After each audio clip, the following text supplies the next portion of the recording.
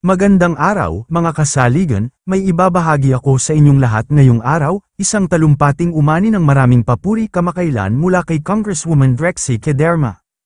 Kahapon, sa isang Quadcom hearing, nagbigay si Congresswoman Drexy ng isang makapangyarihang mensahe na nagpaalala sa ating mga mambabatas tungkol sa mga tagumpay ng administrasyon ni former President Duterte at Vice President Sara Duterte pagdating sa laban kontra droga. Marami ang humanga sa kanyang tapang at paninindigan.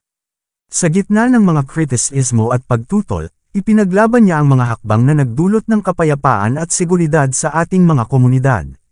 Talagang isang inspirasyon si Congresswoman Kederma sa ating lahat na naniniwala sa isang mas ligtas na Pilipinas. Ngayon, panoorin natin ang kanyang buong talumpati. Talagang nakakataba ng puso ang kanyang mga sinabi. Huwag kalimutang mag-comment at i-share kung sumasang-ayon kayo sa kanyang mga sinabi.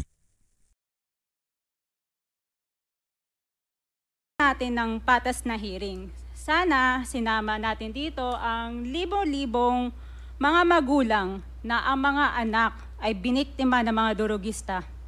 Ang mga ordinaryong Pilipino na naglalakad galing trabaho, tapos sinaksak o pinatay ng adik, lahat ng mga kababaihan, na kahit pati infant na babae ay ginahasa na ng adik.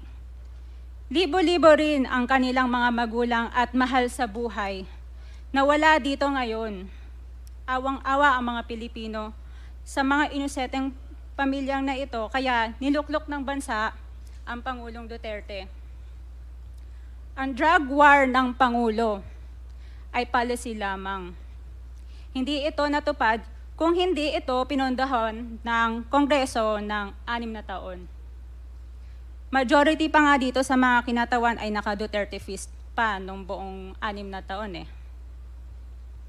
Ang Duterte Youth Party List po ay patuloy na naninindigan sa Pangulong Rodrigo Duterte at pangalawang Pangulo Sara Duterte na naglingkod ng maayos, dumurog sa mga durugista, kriminal at NPA na terorista para proteksyonan ang milyon-milyong Pilipino.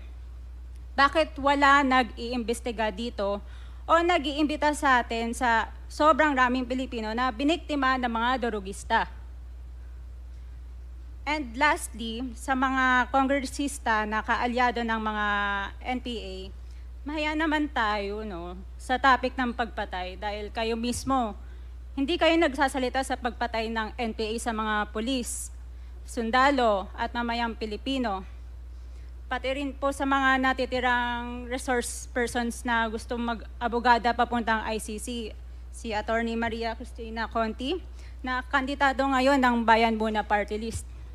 Kasama po ang inyong katabi na si Nery Colmenares ng Bayan Muna.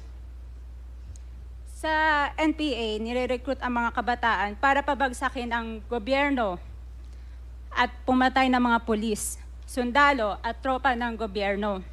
Di nyo naman kinokondena ang pagpatay nila.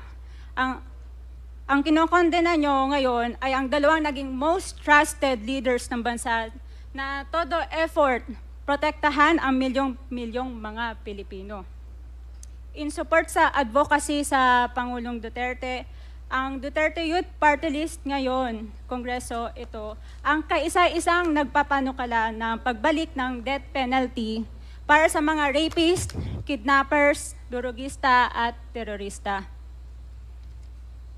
In behalf of the Duterte Youth Party List, kami ay nagpapasalamat sa todong suporta ng Pangulong Duterte at VP Sara Duterte sa mga tropa ng gobyerno at sa pagdurog nyo sa mga kriminal, durugista at NPA na terorista.